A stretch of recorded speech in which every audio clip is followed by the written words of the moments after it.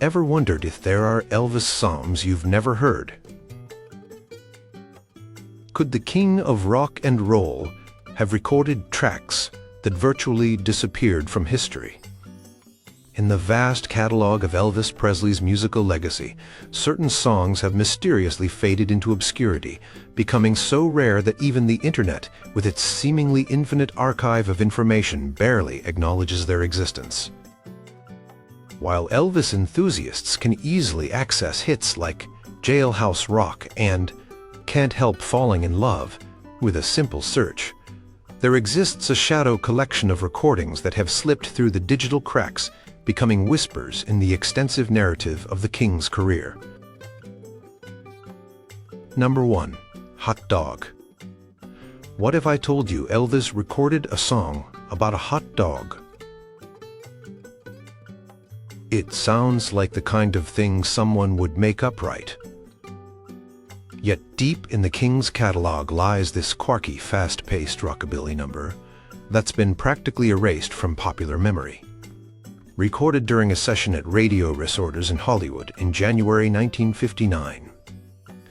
Hot Dog represents a curious footnote in Elvis's extensive musical journey. The track emerged during a period when Elvis was serving in the military, one of the handful of songs he managed to record during his brief furloughs. Despite its catchy rhythm and Elvis's energetic delivery, this tune didn't make much of a splash upon its release.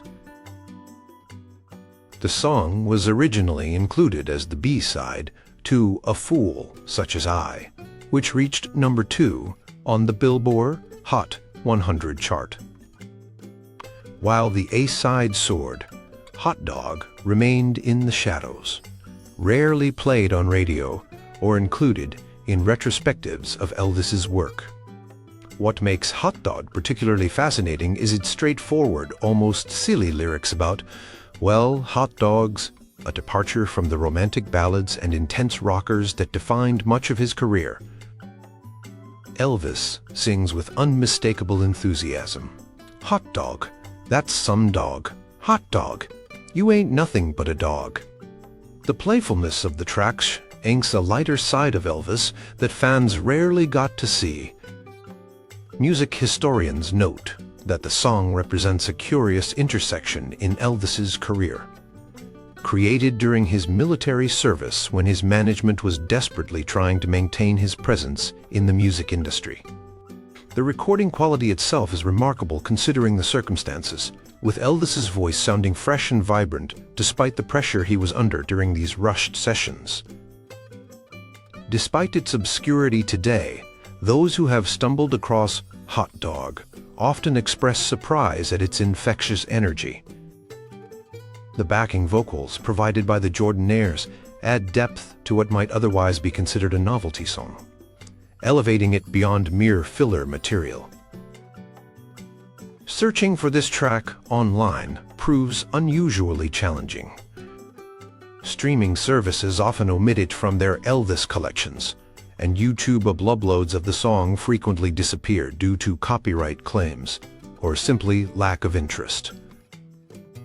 Even dedicated Elvis forums rarely discuss this peculiar track, focusing instead on his more established hits or more controversial obscurities.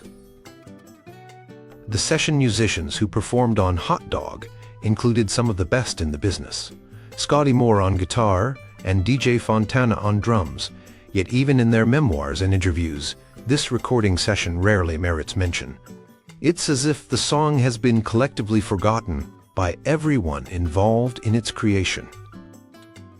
Perhaps the most telling aspect of this song's forgotten status is that even comprehensive Elvis biographies often skip over it entirely, focusing on the more commercially successful A Fool Such as I, without acknowledging its energetic B-side counterpart.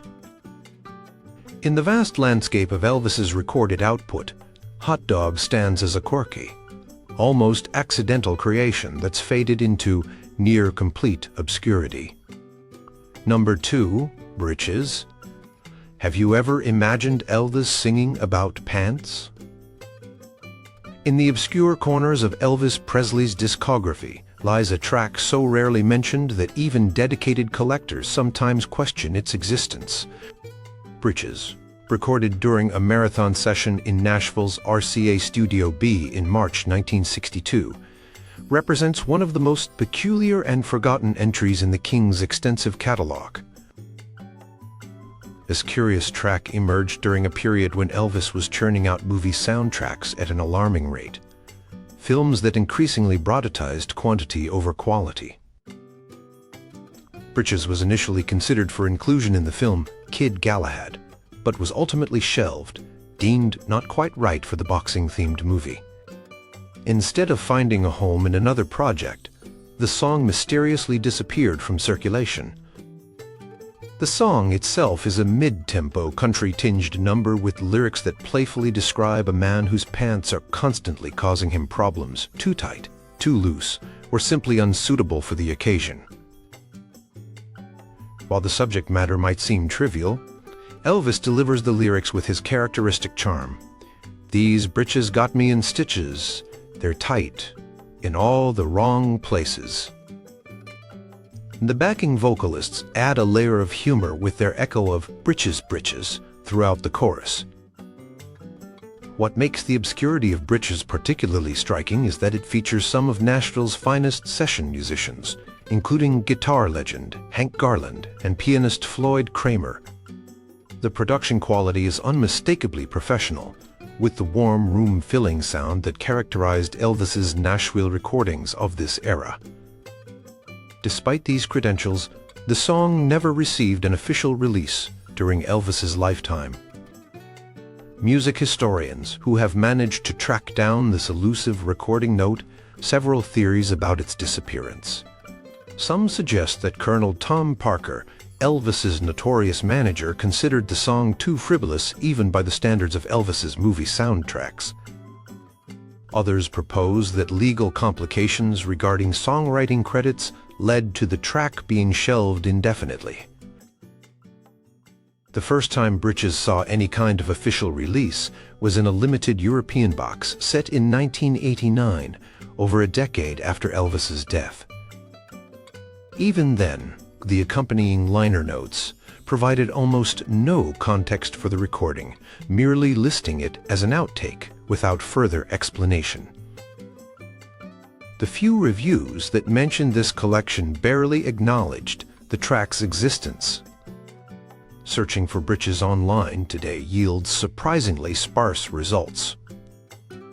Digital music platforms frequently omit it from their Elvis collections, and even specialized Elvis forums contain only passing references to this mysterious song. The few audio files that exist online are often poor quality, transfers from bimodal or alternate takes rather than the finished master recording. Perhaps most tellingly, when RCA Sony embarked on their comprehensive Follow That Dream series, releasing deluxe editions of virtually every Elvis recording session, Britches was noticeably absent from the Kid Galahad session documentation. This omission from what was intended as the definitive archive of Elvis's work speaks volumes about how thoroughly this track has been forgotten. Those few Elvis aficionados who have heard Britches often express bewilderment that such a competently performed, professionally recorded track could vanish so completely from public awareness. While not likely to have been a chart topper, the song displays the vocal playfulness that made Elvis endearing even when working with less than stellar material.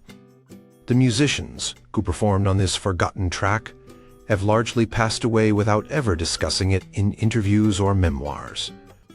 Even in the most detailed examinations of Elvis's recording career, Britches merits at most a footnote, a ghost of a song that exists primarily as a rumor among the most dedicated collectors. Number 3. Catalo. Did you know Elvis once recorded a song about a hybrid cattle breed? This might sound like an elaborate hoax, but buried in the King's lesser-known recordings is a track called Catalo, perhaps his most agricultural-themed song, and certainly among his most forgotten. recorded during a late-night session at American Sound Studio in Memphis in January 1969. Catalo emerged during what many consider one of Elvis's creative peaks. This period produced the acclaimed From Elvis in Memphis album and hits like In the Ghetto and Suspicious Minds. Amid these celebrated recordings, Catalo was created almost as an afterthought, a moment of levity during an otherwise intense and productive session. The song itself is a country blues number with a surprisingly funky edge, featuring lyrics about a farmer's obsession with breeding cattle and buffalo to create the perfect livestock. Elvis delivers the quirky lyrics with unexpected conviction. Half buffalo, half cow. That Catalo's my pride and joy now. The Memphis session players provide a groove that belies the peculiar subject matter, with a horn section punctuating the chorus with remarkable enthusiasm. What makes Catalo particularly fascinating is how completely it contradicts the common perception of Elvis's sessions during this career-revitalizing period. Music historians have extensively documented the American Sound Studio recordings as a time when Elvis reclaimed his artistic credibility after years of formulaic movie soundtracks.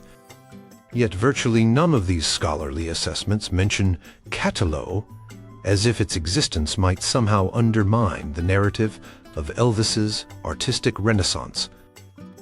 Producer Chips Moman, known for his no-nonsense approach in the studio, reportedly allowed the recording as a tension breaker during the famously intense sessions.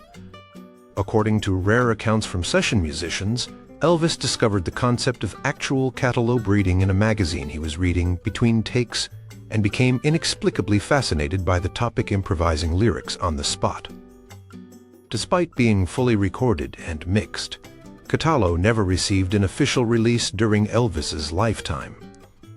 It first emerged on a bootleg compilation in the late 1990s, titled The Memphis Outtakes, where it was mislabeled as Buffalo Bill, further contributing to its obscurity. Even in this unauthorized release, the audio quality was poor, suggesting it came from a third or fourth generation copy of the studio tape. Searching for information about Catalo online produces almost nothing concrete. The few references that exist are often questioned by Elvis scholars, who suggest the recording might be misattributed or even a well-crafted fake. No streaming service includes the track in their Elvis collections, and YouTube searches yield either unrelated results or dead links to videos long since removed. The remarkable aspect of Catalo's obscurity is that it occurred despite being recorded during one of the most thoroughly documented periods of Elvis's career. Multiple books have been written about the 1969 American Sound Studio sessions, complete with track-by-track analysis and hour-by-hour accounts of the recording process. Yet Catalo merits barely a mention, if acknowledged at all. Some Elvis historians have suggested that RCA Records deliberately suppressed the track, concerned that its quirky nature might undermine the carefully constructed narrative of Elvis's serious artistic comeback. Others propose more mundane explanations, that the song was simply considered subpar or unfinished, destined to remain in the vault with countless other outtakes and experiments. The few Elvis collectors who claim to have heard authentic copies of Catalo describe it as a glimpse into Elvis's often overlooked sense of humor and willingness to experiment with unusual material.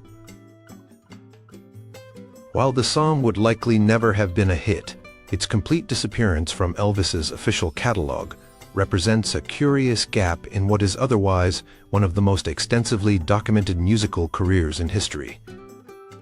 Number 4. Shake a Hand.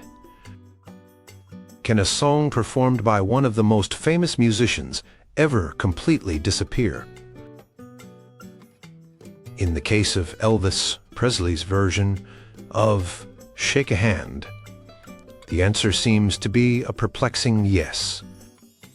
This gospel-influenced rhythm and blues number, originally written by Joe Morris and recorded by Faye Adams in 1953, received the Elvis treatment in 1965, only to vanish almost entirely from his recognized body of work. Elvis recorded "Shake a Hand" during a brief, late-night session at RCA Studio B in Nashville on May 26, 1965. This period represented a challenging time in Elvis's career. He was deeply entrenched in making formulaic movies with accompanying soundtrack albums, rarely recording material solely for music release.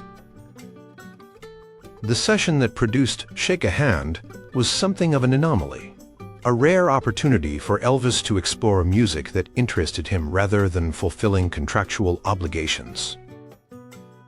The recording itself shakes Elvis's natural affinity for gospel and rhythm and blues, genres that profoundly influenced his musical development.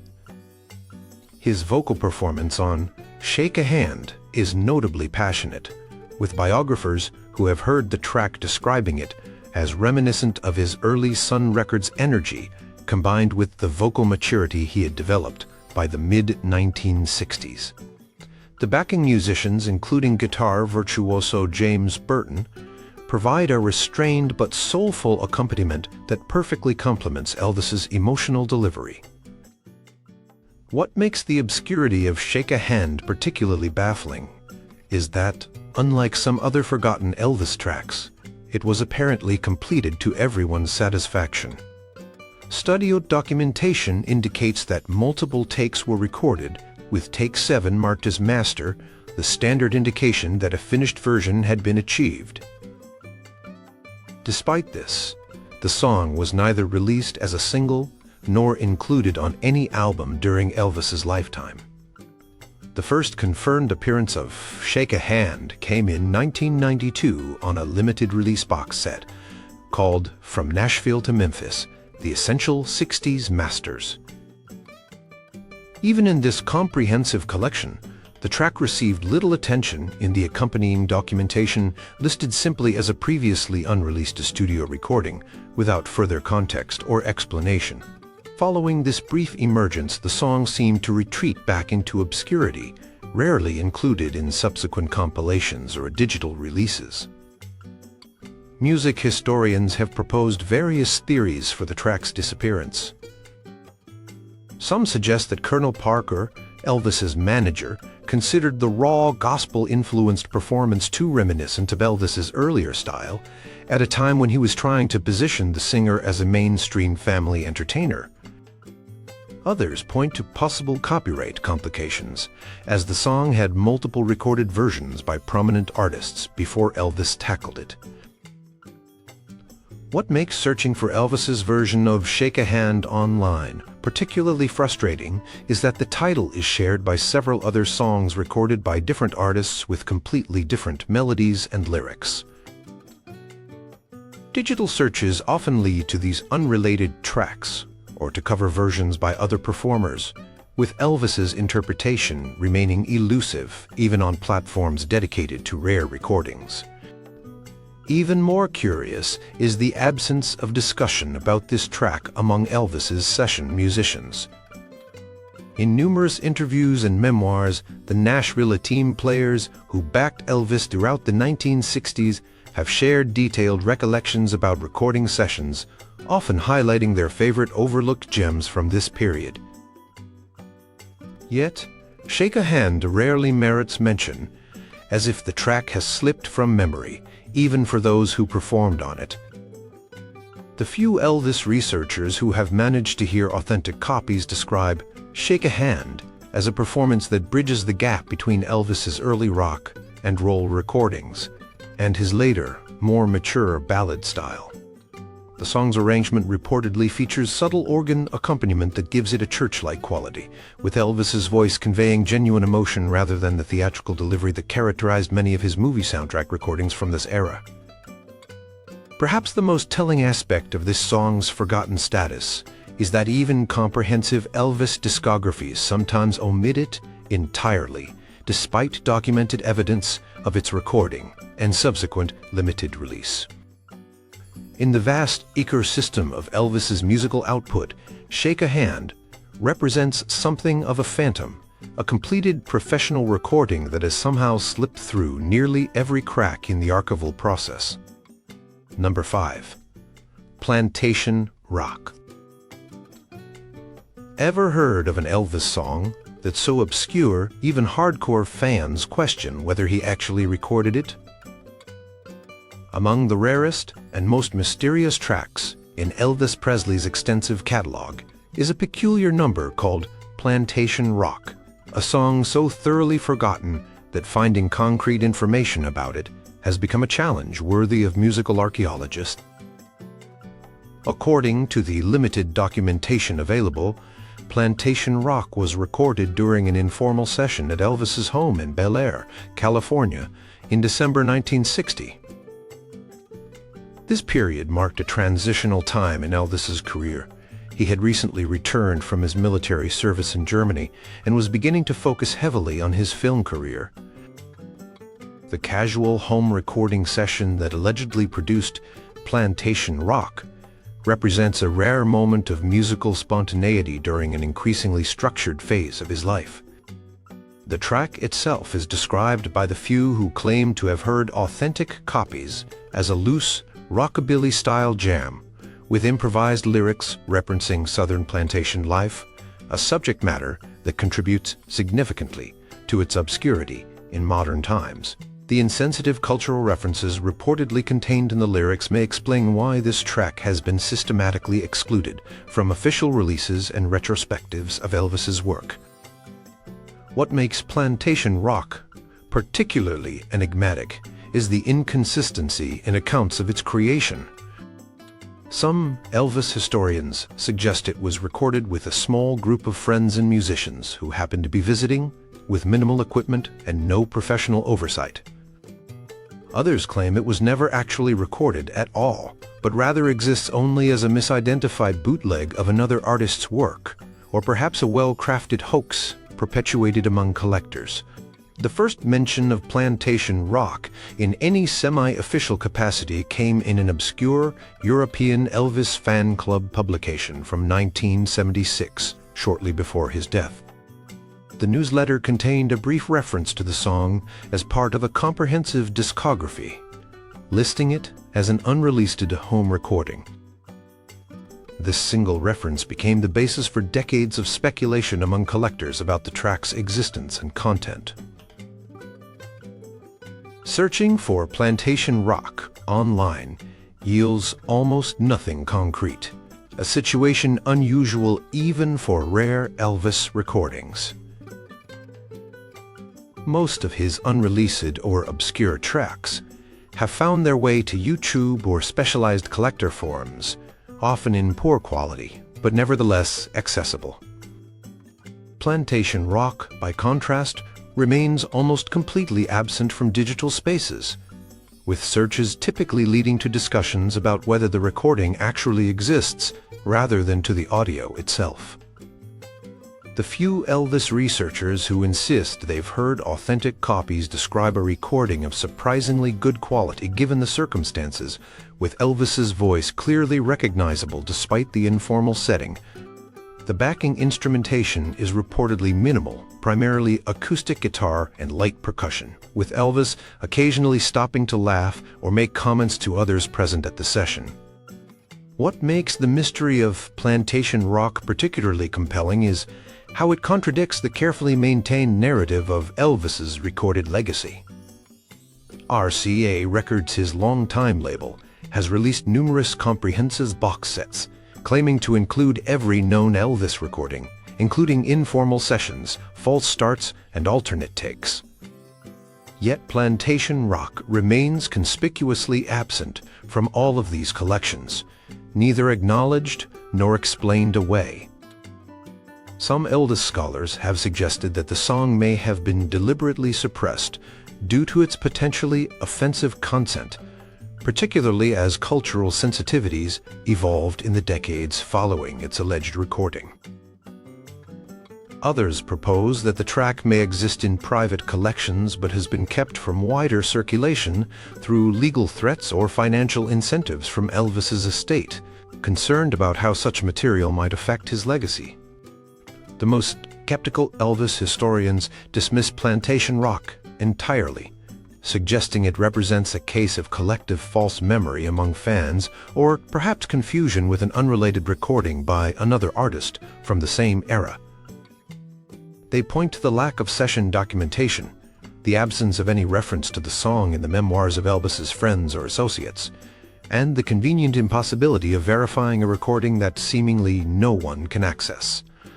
Whether Plantation Rock represents an actual Elvis recording deliberately buried due to its content, an innocent misattribution that gained legendary status among collectors, or something in between, its status as perhaps the most thoroughly forgotten Elvis song remains secure.